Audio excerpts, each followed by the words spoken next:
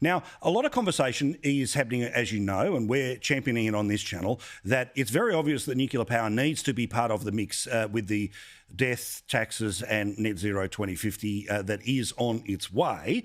And today, a major union got behind that very idea. Daniel Walton is the National Secretary of the AWU and he joins us now.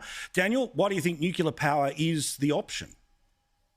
I think we should explore a lot of options, to be honest with you, Paul. Like, we look after a lot of traditional industries and have done for a long period of time. And what we know is we are trying to reduce our carbon footprint, but at the same time, we want to support our manufacturing industry, the very industry which was set up in this country on the basis of energy being its competitive advantage. And we've lost that over a period of time. And we're getting more and more renewables coming into the grid, which is a good thing. But we need to make sure that we've got reliable and dispatchable power. Hydrogen has been talked about today, will play that role. But we think it'd be naive to cancel the door and close the door on nuclear. So would you want the Labor Party to join the efforts in New South Wales to lift the moratoriums that are happening there at the federal level, to lift the moratoriums again? That means if a state wanted to, they could go down this. It doesn't mean it has to happen. It just means you remove the absolute restrictions on even seriously talking about it. Yes, I would. But suffice to say that I think some of the hardest challenges I've got convincing anyone would sit inside the Labor Party, to be honest, Paul. I know that public sentiment in this issue is changing dramatically. I've spent the best part of my life growing up in the Sutherland Shire, and I've had the only reactor just around the corner at AUKUS Heights. And I've always known that to be a good place where we've created a lot of fantastic jobs, it employs hundreds of people there. And what I also know is the science around the world is advancing to create small modular reactors at scale. Rolls-Royce, General Electric and others are focusing on this. So I think given the government's announcements around submarines, it does provide us an opportunity to look at this more closely. But clearly there are people on all sides of politics here who have got a hard and fast no on nuclear. I don't carry that baggage.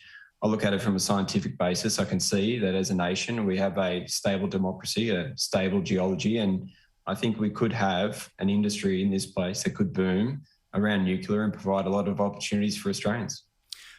Now, things change, right? Perfect example. Barack Obama, 2012 US election said, I don't support same-sex marriage. Within that 4 years, it became law in the United States and the White House went into rainbow colours, right? Things can change. Now, I understand the political debates of the 80s and even the 90s. I know this decision came in the late 90s, but the truth is we are 20 years further down the track from that ban and we have not seen the problems that those that are the hard no have actually come into play.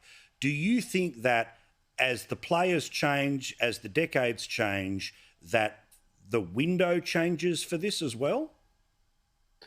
I think so. I think that's right. I mean, I think there's a few different settings that change. And I know this is a big generalisation. I don't mean any disrespect, but there are a lot of older people that were sort of placard-carrying members of the anti-nuclear brigade, and they've got a really strong view about the nuclear industry and they don't want to see it opening. And I know that I won't ever convince them and that's entirely fine. But I know there are a newer generation and a lot of people that are coming through that want to explore all opportunities to have a carbon-free footprint and a carbon-free footprint that provides reliable baseload power and ideally one that has it at an affordable price. And what I can see happening around the world is the UK and the US, who everyone likes to champion as leading the way and showing the green credentials, and Australia's falling behind and we have to follow suit. Well, their underlying story is one which is nuclear providing that certainty.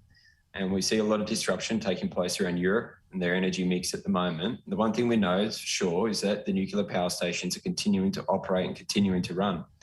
I just think we've got some enormous opportunities with the resources underneath us on our doorstep. And I think we've got the smarts and the capacity to do it. And I certainly want to find new opportunities and great opportunities for Australian industry. And I want us to make sure that our manufacturing industry doesn't whimper. And to do that, we need to find those solutions. And if the government does really want to explore submarines, well, the first thing they need to do is actually build them here, because frankly, that's one of the biggest unspoken disasters of this announcement, not just upsetting the French over a few, ripped up croissants, but what it fundamentally is a disaster in terms of a lot of businesses geared up and getting ready to build those subs, and that's gone.